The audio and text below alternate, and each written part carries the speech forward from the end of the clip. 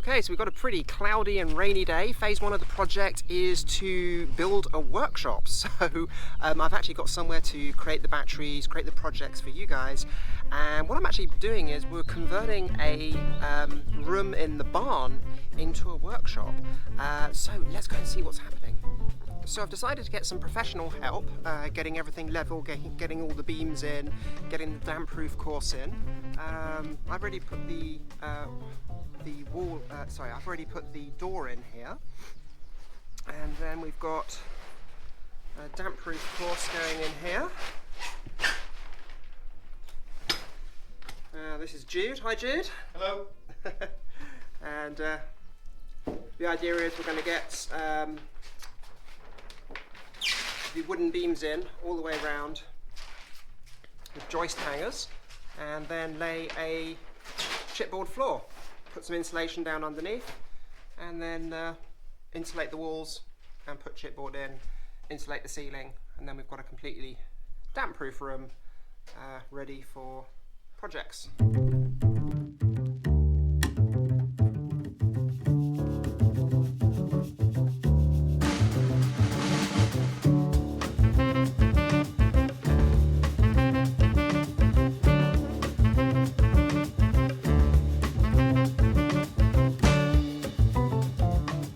Okay, so it's the next day now on the workshop build. What I want to start doing today is preparing to get the insulation in. Now, this is just a workshop in a barn, but I do want to insulate it because I want to work in here in the winter and make videos, be building the batteries and doing all these other things. And I don't want to have to waste a huge amount of money on electricity for heating. So I'm going to insulate the walls, the ceiling, and the floor. Now, the floor, as we can see here, the big problem I've got with the insulation is if I put insulation between the beams, I'm going to need to use a huge amount. It will cost over €1,000 to fill this void. However, if I could just insulate between the beams, it's only going to cost €500. So I need some way to stop the insulation falling through, particularly over here where the floor really goes down quite steeply. So what I'm going to do is I'm going to put some support structures in here using some plastic membrane, the same stuff we used for the floor. I'm going to staple it on between the beams, and then let me just bring me back up here, and then what I can actually do then is just rest the insulation on the supports. So what I'm going to do now is cut some pieces of black membrane and then get to stapling.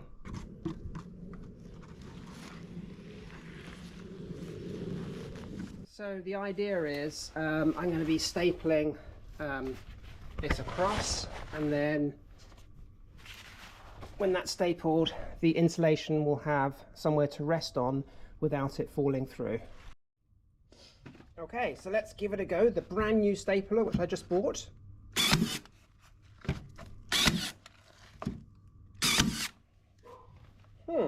That seems to work well. So this is a Makita electronic stapler. So just got it, just received it, and you may be wondering, why am I using an electric stapler? Why not a hand stapler? Well, last year, Dave, my husband, and I, we built some raised beds, and we put chicken wire enclosures over the top of the raised beds to stop the deer eating all the fruit and the vegetables and so forth, and also to stop the cats getting in the raised beds, to stop them digging them up. And we used a hand stapler, and my gosh, that was an awful job. We must have put in around 1,000 staples because we had chicken wire on all of these enclosures, and ended up with shooting pain down my arm, and it was just an awful thing to do using a hand stapler, putting in like 1,000 staples with a hand stapler. It was just a grim experience. Anyway, so I've had a look at staplers. I definitely wanted a battery one because we do a lot of stapling of stuff in the field for the raised beds and stuff like that, and you know, we don't always have power to hand. So I looked at some different models. So it was a toss-up really between the Makita, which I already have the Makita ecosystem of batteries and chargers and so forth, and the Milwaukee.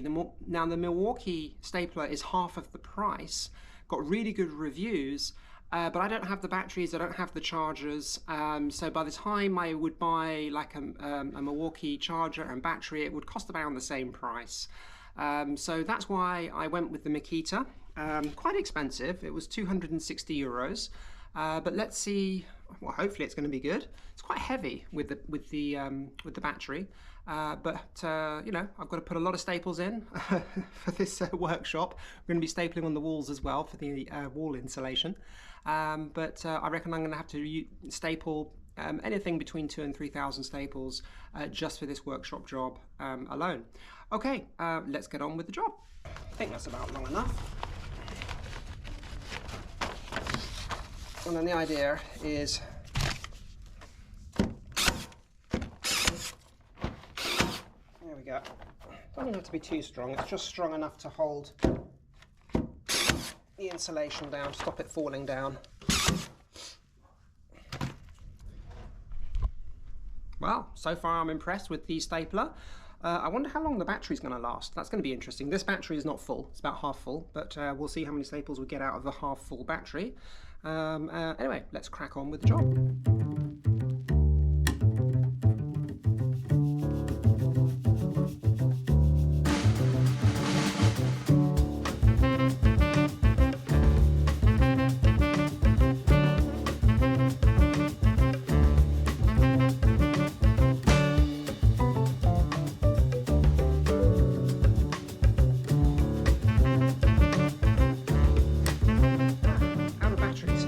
Sorry, I'm not out of batteries, out of staples. Battery's still fine. One thing I would say about this, it's a lot heavier than I thought. Maybe if I got a smaller battery, it wouldn't be so heavy. I certainly wouldn't want to be stapling above my head with this, so that's my only criticism. It's a little bit heavy. So what I'm going to do is just going to put in a new row of staples. So these are, what are these? These are 16 millimeter staples, so quite long staples. I got the longer staples because when I'm stapling in the foil insulation, that's quite thick on the walls, so I wanted some long staples. So yeah, quite happy with the progress so far. Let's carry on stapling.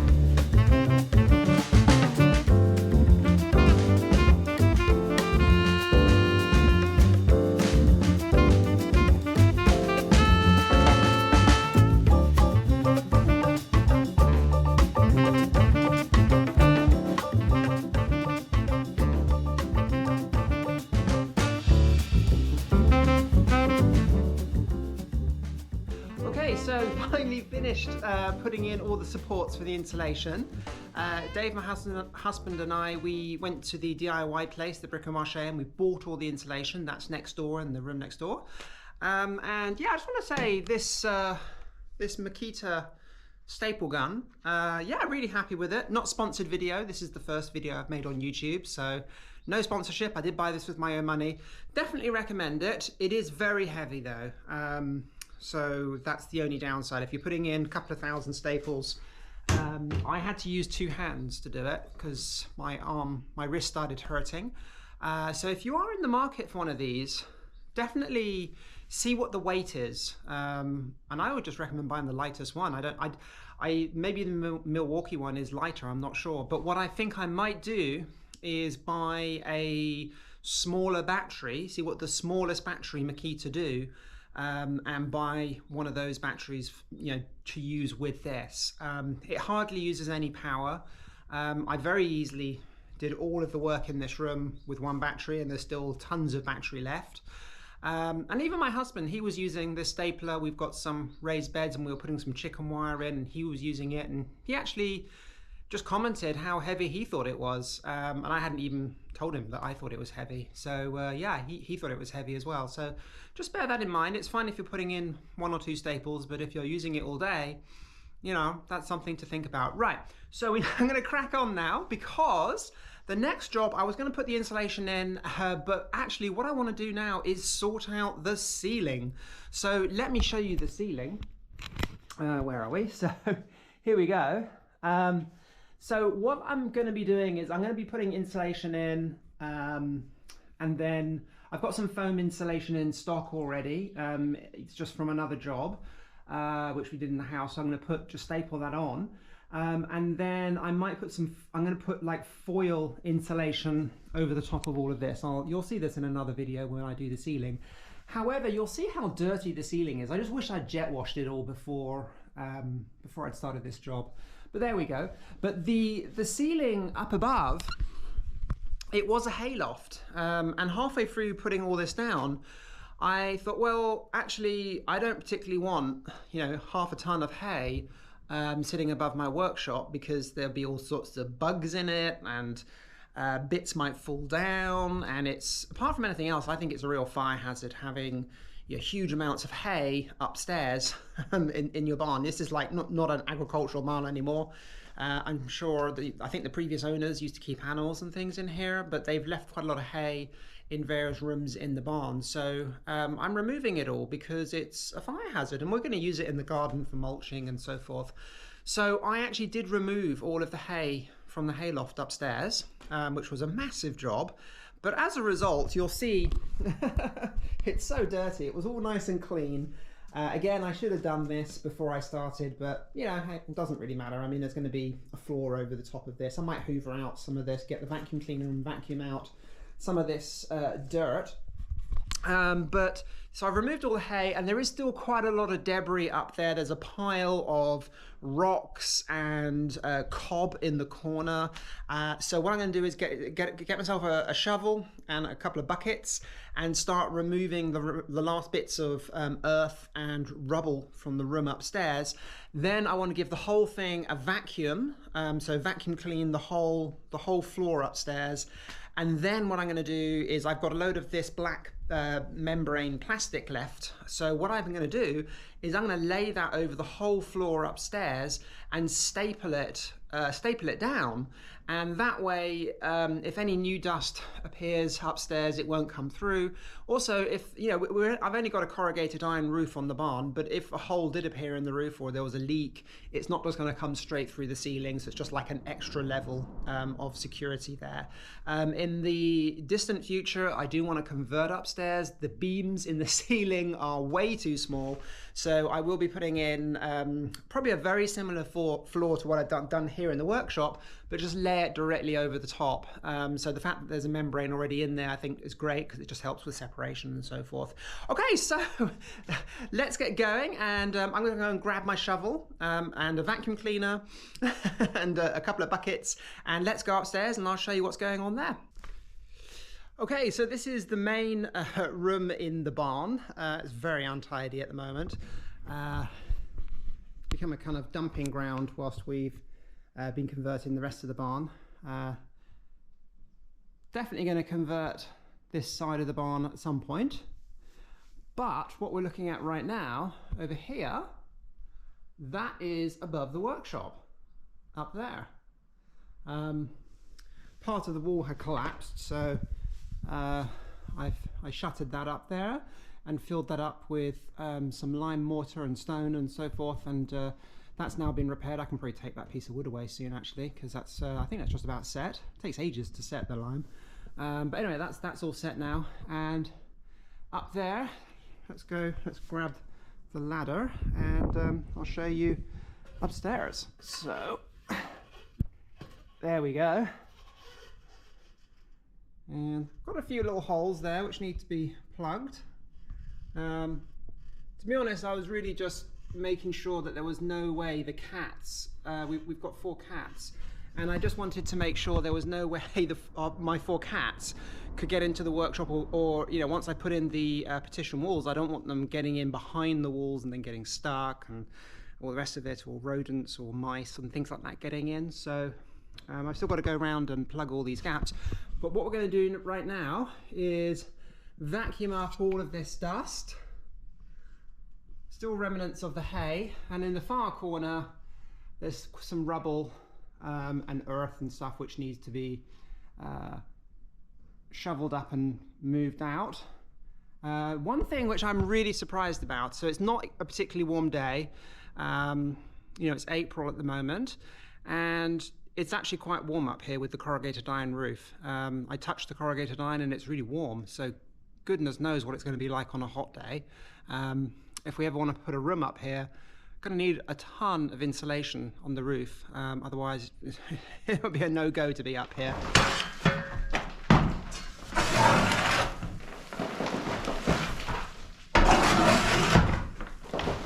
Wow, it's dusty. Lots of dust. 100-year-old dust.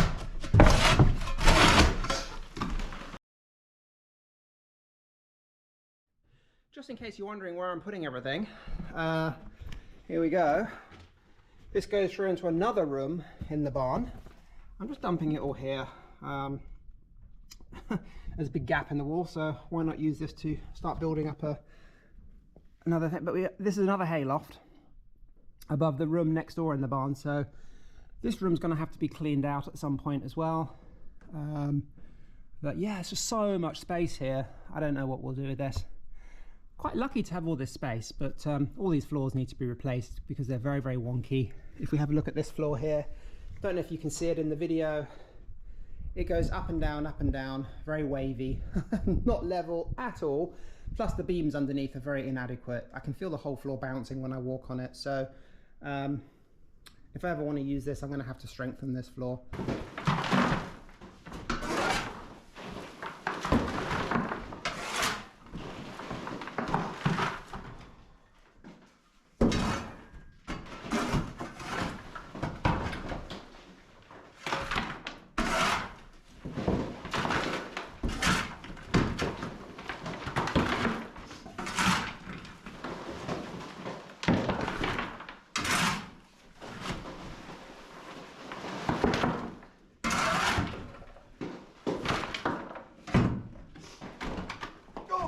That's heavy.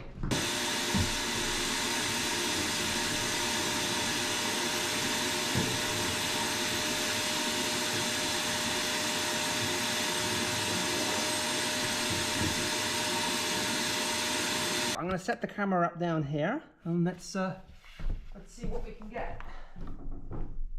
So this stuff actually unfolds to pretty much the full width of the room. Downstairs we didn't need any joins. So it's going to hit the camera. Hey.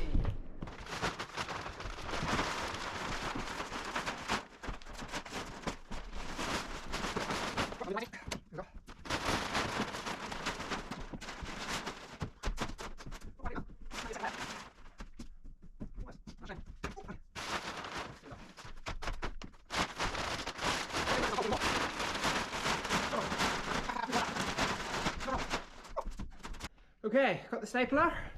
Let's get stapling. It doesn't have to be very tidy, this.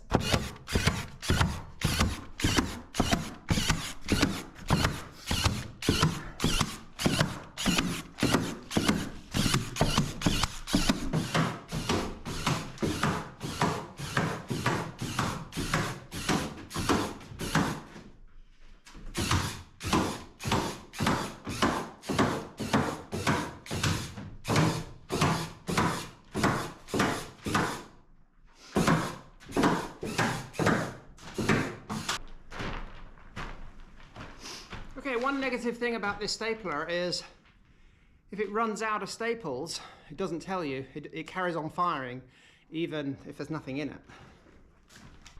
So yeah, I'm happy with that. I know I'm going to get lots of comments saying it's not waterproof because I put staples in it. I know, it's not meant to be like 100% waterproof. But you know, if there was a catastrophic failure of the roof, it's going to keep something out. So I'm happy with that. Time to move on to phase 2. Let's get the flooring in the workshop. Now the least favorite job of mine, and that is putting in fiberglass insulation. I'm only going to put this in under the floor. The walls and the ceiling, I'm going to use this French product, what's called a foil-based insulation. It's like 26 layers of foil, bubble wrap, and fleece. And you just staple that on the walls and on the ceiling. But under the floor, it's good old-fashioned fiberglass insulation, itchy insulation. So I've got my PPE here. I've got my overalls. I've got a mask. I've got a hat. It's got some gloves. And I'm going to get to it. I'm going to put the camera on time lapse so you can see this and kind of speed it up. And let's get cutting. And hopefully I won't get too itchy. And the first job is going to be cutting the actual insulation, and because we're on 600 centers here, the floor, 600 mil centers, this is 1200 mil wide, 1.2 meters wide. So what I'm going to do is just cut it in half with a handsaw, and then lay it. It ends up being slightly wider than each of these bays here, and I'll just stuff it in between, and hopefully it should work. I'll work out how to put this thing on. I haven't worn this for ages. Got this mask when I sprayed the gates with a spray can. The fumes were horrendous, really affected me, so I went out and bought this top of the range mask, which worked really well. So let's give it a go.